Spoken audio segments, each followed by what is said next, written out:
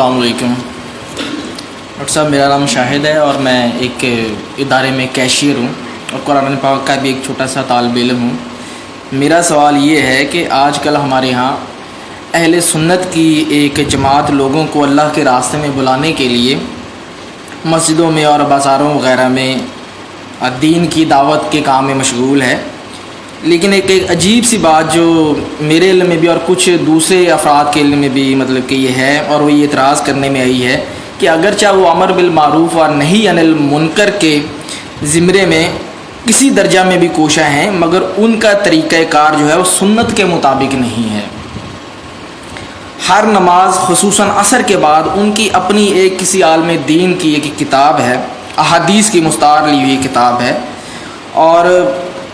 رسول اللہ کے فرمان ہیں اس میں، مطلب کہ سارے کے سارے جو بھی مطلب کہ شامل ان کو پڑھتے اور پڑھاتے ہیں۔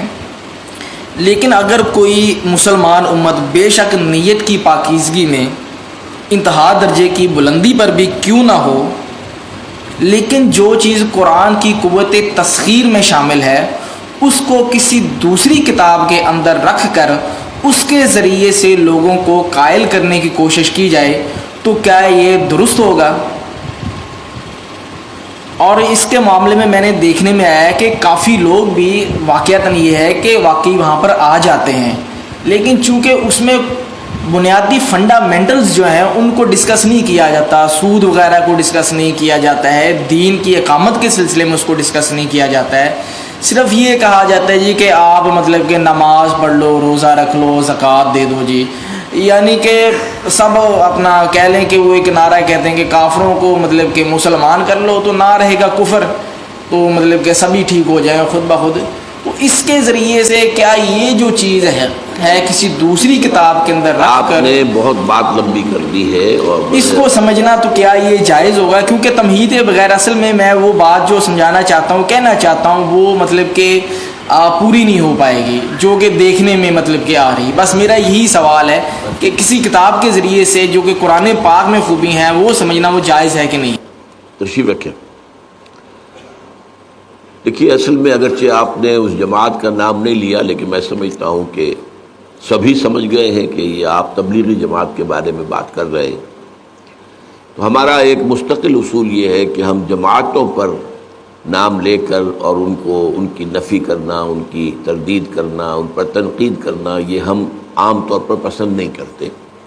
ہمارا کام یہ ہے کہ ہم اپنی جو مثبت دعوت ہے جس انداز میں وہ پیش کرتے ہیں۔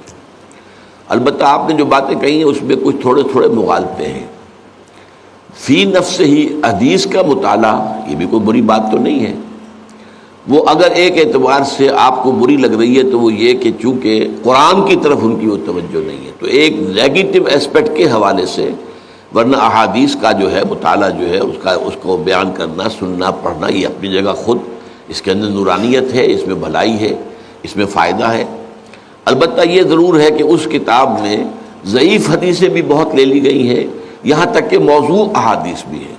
یہ اصل میں یہ کہ نیکی کی ترغیب دینے کے لیے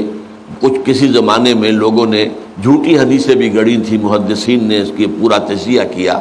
کہ لوگوں کو یہ بتایا جائے کہ اس چھوٹے سے کام میں اتنا بڑا ثواب ہے تو لوگ اس کو کرنے پہ آمادہ ہو جائیں گے، لہذا جھوٹی حدیث گھڑ دی۔ تو اس کتاب کے اندر اس میں خامی اصل میں یہ ہے، حدیث فی نفسہ ہی، اور حدیث اگر صحیح ہے اور مستند ہے تو وہ تو نورانی ہے ہمارے لیے۔ البتہ اس کا کرنا تو اپنی جگہ پر صحیح ہے، لیکن اگر وہ قرآن کی جگہ لے لے تو یہ معاملہ غلط ہو جائے گا۔ تو یہ در حقیقت گر حفظ مراتب نہ کنی زندگی، سب سے پہلے قرآن ہونا چاہیے، اس کے بعد حدیث ہونی چاہیے۔ پہلی بات تو یہ ہے۔ دوسری بات یہ ہے کہ ان کے ہاں اصل میں وہ سارا زور جو آپ نے دیا ہے کہ جب سب ٹھیک ہو جائیں گے اسلام کا نظام آ جائے، یہ بات غلط ہے، اس کی ہم تردید کرتے ہیں کہ اگر صرف دعوت و تبلیغ سے اسلام قائم ہو سکتا تو حضور سے بڑا مبلغ اور داعی تو کوئی نہ ہوا ہے نہ ہوگا۔ جب حضور کو بھی اپنی دعوت کے بعد اور دعوت کے نتیجے میں جو آئے انہیں منظم کر کے جماعت بنا کر اور پھر باطل سے ٹکرایا نہیں حضور نے، اور پھر جنگوں کی نوبت نہیں آئی، اور جبکہ ان لوگوں کو بھی یقاتلون فی سبیل اللہ فیقتلون ویقتلون اس مرحلے سے نہیں گزرے، قتل کرتے بھی ہیں، قتل ہوتے بھی ہیں۔ غزوہ بدر میں 70 جو ہیں قرشی مارے گئے اور 14 صحابہ جو ہیں شہید ہوئے۔ غزوہ احد میں 70 جو ہیں صحابہ شہید ہو گئے۔ تو اس طریقے سے یہ تو ہوا ہے۔ لیکن اس کے بغیر اگر آپ سمجھیں اپنی جان دیے بغیر کہ آپ اسلام دنیا میں نافذ کر دیں گے تو وہ انہونی بات ہے. وہ بھی گویا کہ ایک اعتبار سے سیرت النبی کا صحیح مطالعہ نہیں ہے، اور اس سے در حقیقت اور اس میں بھی یہ ہے کہ وہ نہی عن المنکر کی بات نہیں کرتے ہیں، بلکہ صرف جو ہے فضائل کے حوالے سے، اس کتاب کا نام بھی یہی ہے فضائل، تو فضائل کے حوالے سے نیکی کی تلقین تو کرتے ہیں. لیکن ہم یہ کہتے ہیں کہ ٹھیک ہے اگر کسی کی تلقین سے ایک بے نمازی نمازی بن جائے، روزہ نہ رکھنے والا روزہ رکھنے لگے، داڑھی شیو کرنے والا داڑھی تو اچھی بات ہے، بری بات تو نہیں ہے.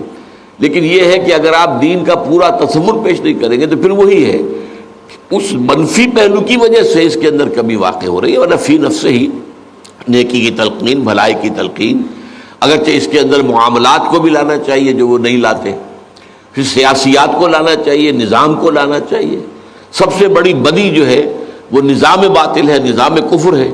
اس کی نفی ہونی چاہیے، اس کے خلاف جد و جہد ہونی چاہیے. تو یہ ہے وہ چیزیں کہ جو کچھ ان کے ہاں نہیں ہے، اس کی وجہ سے جو کچھ وہ کر رہے ہیں وہ میرے نزدیک محدود سا ہو کر رہ گیا ہے. لیکن یہ کہ بہرحال پھر بھی کسی نہ کسی درجے میں فائدے سے خالی نہیں ہے. اب جو لوگ فرض کیجئے کہ ٹیلی ویژن پر بیٹھے رہے اور گھنٹوں لگا دیں، اب وہ اگر مسجدوں میں بیٹھتے ہیں اور وہاں پر جا کر جو ہے جو ذکر کرتے ہیں یا کچھ اور کرتے ہیں، رات کو مسجد میں سوتے ہیں اور صبح کو جو ہے تہجد کے وقت ہم جاگتے ہیں، تہجد پڑھتے ہیں، تو یہ کام بہرحال نیکی کے ہیں، اچھے ہیں. تو ہم ان کی اس طریقے سے مطلق جو ہے مخالفت اور تنقید نہیں کرتے.